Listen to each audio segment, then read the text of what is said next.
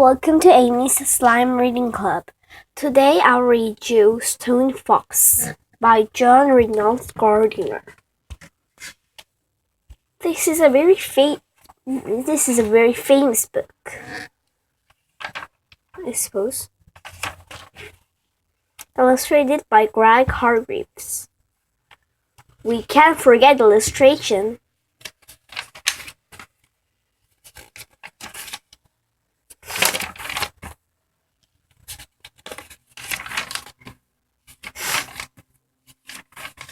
Chapter 1. Grandfather. One day, Grandfather wouldn't get out of bed.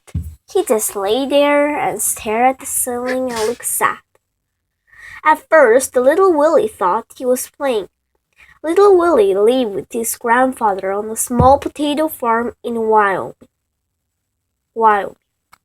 It was hard work living on a potato farm, but it's also a lot of fun, especially when grandfather felt like playing.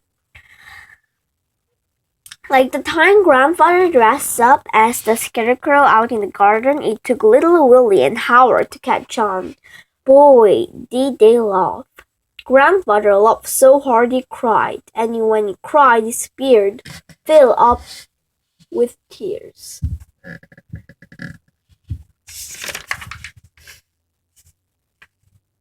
Grandfather always got up real early in the morning. So early that it was still dark outside. He would make a fire and he would make breakfast and call little Willie. Hurry up, or you will be eating with the chickens, he would say.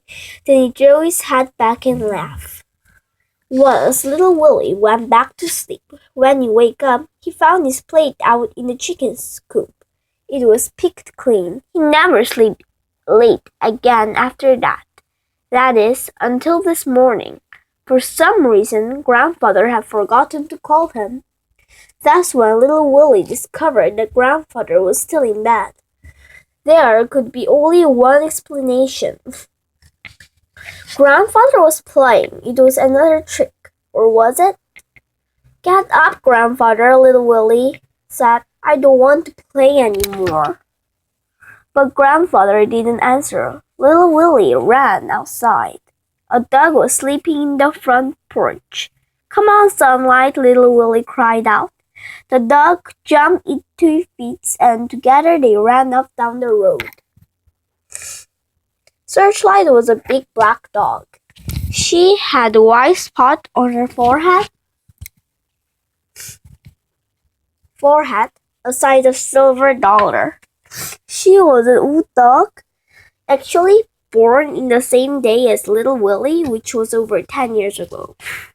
A mile down in the road, they came to a small log cabin surrounded by tall trees.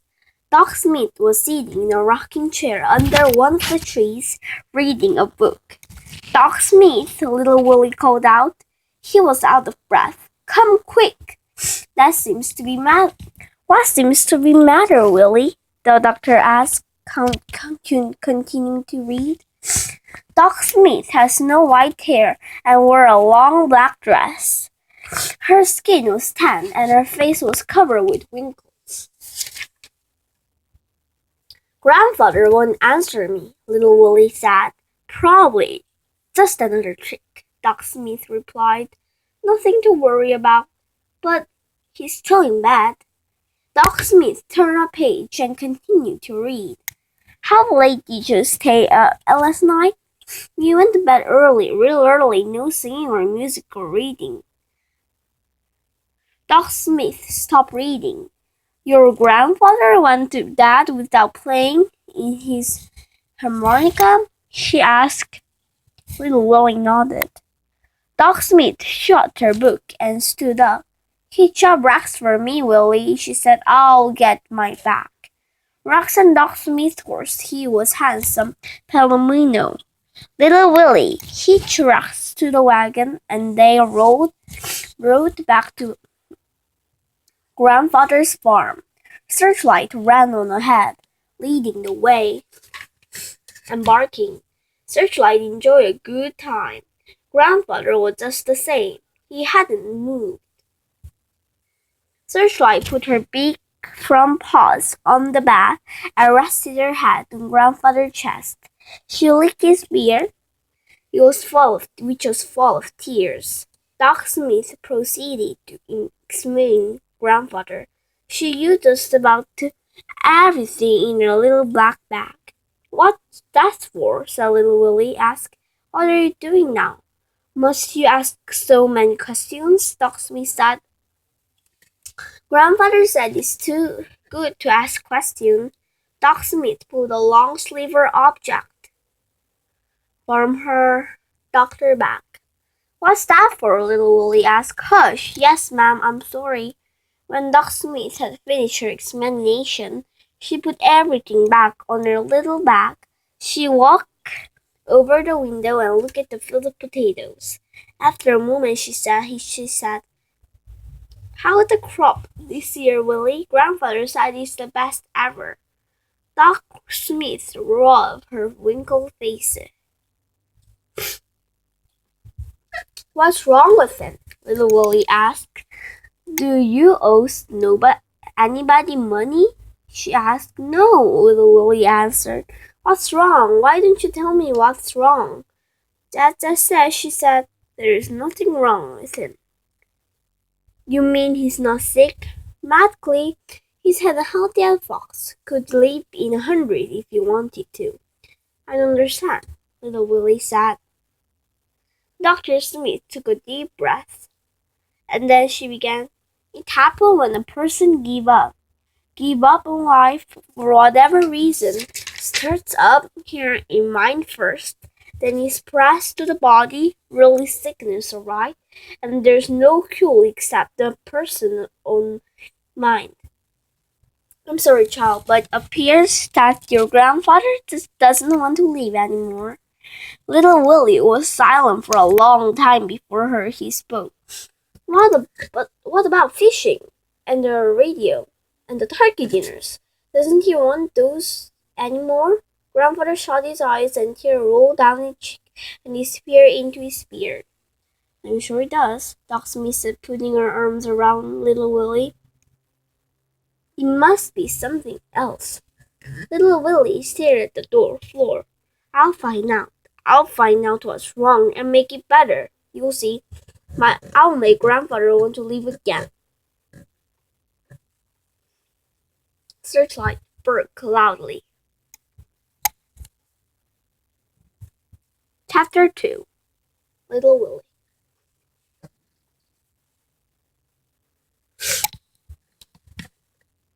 A 10-year-old boy cannot run on a farm, but you can tell a 10-year-old boy that, especially a boy like Willie. Grandfather grew potatoes, and that's exactly what little Willie was going to do. The harvest was just this week away, and little Willie sure that the crop was a good one.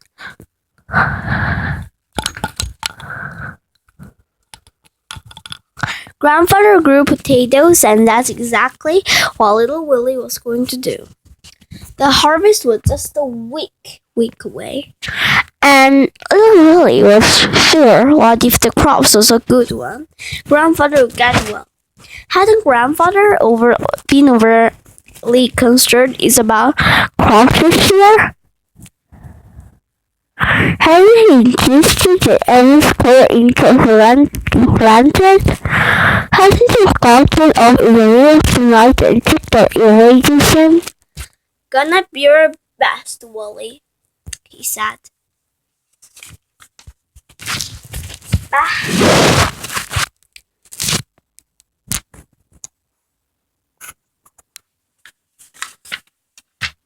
That evening, and he said it over and over again. Yes, after harvest, everything would be alright. Little Willie was sure of it, but Doc Smith wasn't. "She's getting worse," she said 3 weeks later.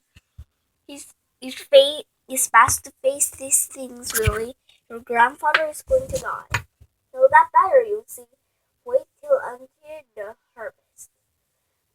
Smith shook her head. I think you should consider letting Mrs. Peacock in town to take care of him, like she does other sickly folks.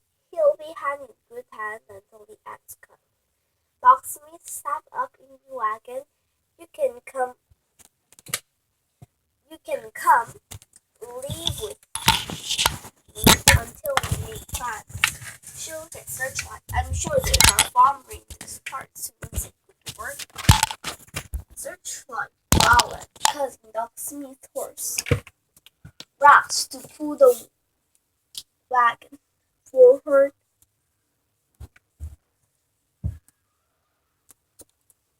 Billy forward a few feet. Believe me, Willie. It's better way. No, shouted the Willie. We're a family, don't you see? We gotta stick together. Searchlight barked loudly, causing the horse to rear up on his head. Rear up on his hind legs and then take a run running. Doc Smith jammed her foot on the brake, but it didn't do any good. The wagon disappeared down the road in a cloud of barking again. Cloud of dust. Little Willie and Searchlight looked at each other and then really broke out laughing. Searchlight joined him without barking again. Little Willie knelt down, took Searchlight by the ears, and looked directly into her eyes. She has the greenest eye you ever seen. I won't ever give you away. Ever, I promise. He put his arm around the dog's strong neck and held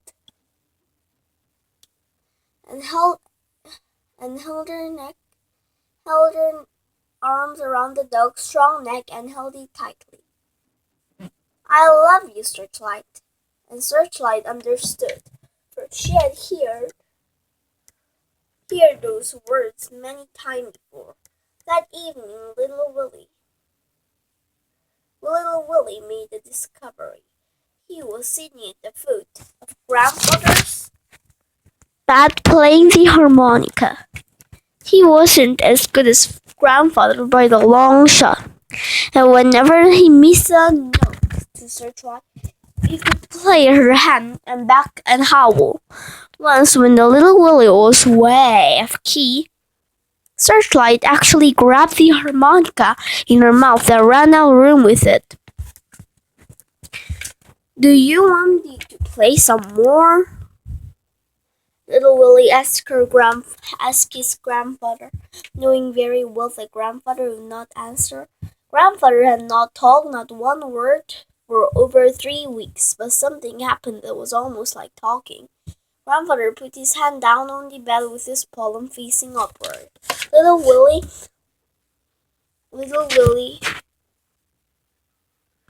asked at the hand for a long time and then said in a whisper, Does that mean yes? Grandfather closed his hand slowly and then opened it again. Little Willie rushed to the side of the bed, where with excitement. What's the sign for no? Grandfather turned his hand over and laid it flat on bed. Palm down meant no. Palm up meant yes. Before the night was over, they had worked out the other signals in the hand and finger code. One finger meant I'm hungry. 2 fingers meant water. But most of the time, Little Willie just asked questions that Grandfather could answer either yes or no. And Searchlight seemed to know what was going on. She licked Grandfather's hand every time he made a sign. The next day, Little Willie began to prepare for the harvest. There was a lot of work to be done. The underground shed where the potato would be stored until they would be sold had to be cleaned. The potato sacks had to be inspected.